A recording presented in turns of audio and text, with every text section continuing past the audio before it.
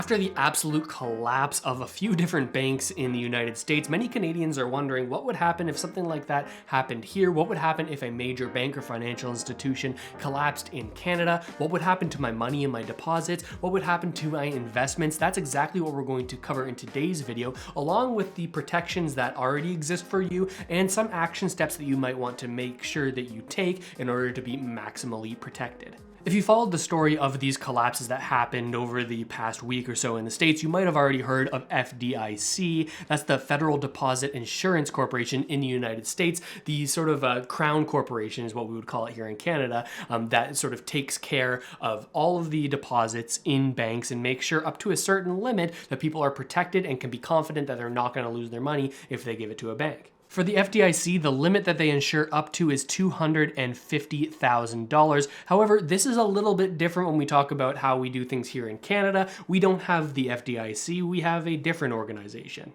We have the CDIC, the Canada Deposit Insurance Corporation, and they insure up to a limit of $100,000, lower than the $250,000 in the States, but this works a little bit differently because it's not $100,000 total for you, or even $100,000 total per bank. It works a little bit differently. I'm going to show you this chart that I've made that I think will give you a better understanding. In Canada, the CDIC insures your money in multiple different categories for each individual bank that you bank with. Some of these categories include checking and savings, that sort of gets lumped into one, RRSPs, as well as TFSAs. So those types of accounts, each one of those is insured for $100,000, $100,000, $100,000. It's not total per bank, it's per category that CDIC insures. And there are more categories than we even just talked about. Here's a list of them. The first one is deposits held in one name. That would sort of be your checking and savings and sort of a catch-all for other account types held in your name at that bank. That's insured for $100,000, just like every individual category here is. Deposits held in more than one name. So joint accounts, each joint account that you have for that, that sort of grouping of people will be insured for $100,000, as well as your deposits in an RRSP or a RIF, all of these individual account types, a TFSA, an RESP, Registered Education Savings Plan, a Disability Savings Plan, as well as deposits held in trust. These are all the different categories for which each category is insured up to $100,000. So we can take our example from before, where for each category that you have at a bank, you're insured for $100,000 each, but that doesn't just apply to only this bank. It actually applies to every single bank that you bank with, as long as they are a CDIC member institution. That's the main thing that you need to check, especially if you're somebody that doesn't have more than $100,000 in an account, which I think is a lot of people these days. That's a rather large amount of money for a lot of people. If you already, or if you don't have $100,000 in an account, there is still something that you need to check to make sure that your deposits are safe. You need to check that the place that you are storing your money, be it a credit union or one of the big banks or somewhere else, you've got to make sure that they are a member of the CDIC. They are a member institution. And I will link this webpage at the first link in the description of this video. So you can go in here, you can type in the institution that you bank with to find out, are they a CDIC member? Am I insured up to $100,000 for each of these categories? So for example, if you banked at Bank of Montreal, you could type in BMO, and you can see all of these different sort of subsidiary co-companies for BMO.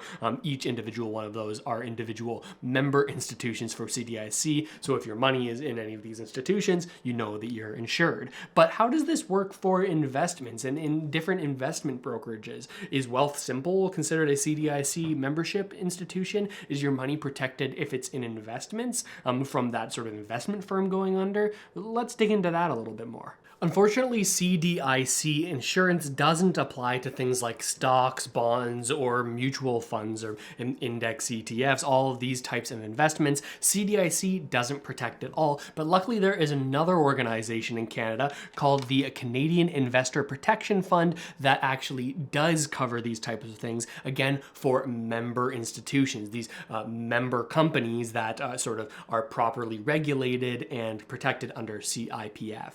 But just like CDIC, CIPF also has some max limits, $1 million for all general accounts combined, cash accounts, margin accounts, TFSAs, as well as another $1 million in coverage for RRSPs, and another $1 million of coverage for all registered education savings plans, and this applies to each individual CIPF member institution. So again, for this situation, just like the $100,000 that many people wouldn't have in their bank specifically, many people aren't going to be anywhere near that $1 million CIPF protection amount, but there is something that you need to make sure to do. Even if you know that you're under that amount, you got to make sure that the place that you're holding that investment is either a CDIC or CIPF member institution. Luckily, just like CDIC, CIPF, the investment version of this, has a member directory where you can go check for yourself if the place that you're holding your investments is CIPF insured. I'll link this as well in the description of the video. Alternatively, you can go to the website of the company that you hold your investments at. For this one, I did the example of Wealthsimple, and you can see here that on their website, they clearly list that Wealthsimple Investments Inc. is a member of the IROC, sort of as a regulatory body, but they specifically here, what's important is that customer accounts are protected by the CIPF fund within specified limits. That's the $1 million limits that we were talking about. So for Wealthsimple, you could know, okay, I am protected for all of my my stocks and equity, bonds and mutual funds. One thing that this doesn't apply to though is crypto. If you hold crypto at a custodial place such as Wealthsimple, anywhere other than you on your own private hardware wallet, then that crypto is not going to be insured. So in the unlikely event that some of these investment sort of organizations did collapse, any crypto that you are holding in their sort of custody solution, well, you would stand to lose that because it's not CIPF protected. So action steps for you. First one, make sure that the place that you bank is a CDIC insured institution. That's like for your checkings and your savings and all of the cash that you hold in places. Now,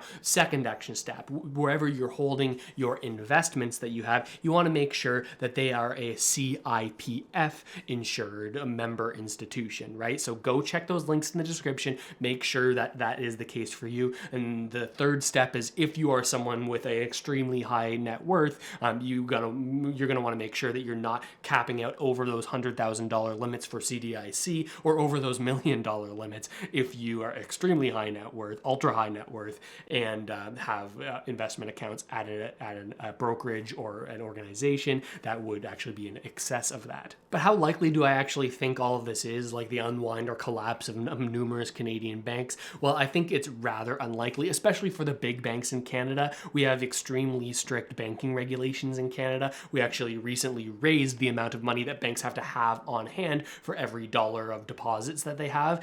So that should make big banks more stable. The thing that you might want to be concerned about, even if they are protected by CDIC or CIPF, is those smaller institutions, smaller banks. They could have more exposure to this sort of volatile environment where the central banks have raised interest rates extremely quickly and have resulted in sort of these unwanted or unpredicted side effects for many organizations.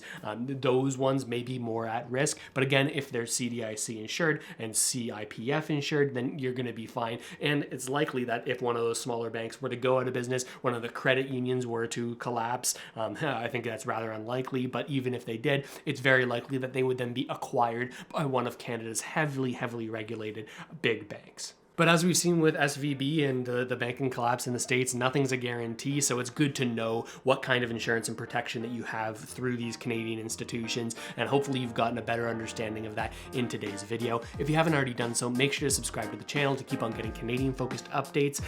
With all that said, thanks so much for watching, everybody. Really hope this video helped you out at least a little bit, and I'll see you next time.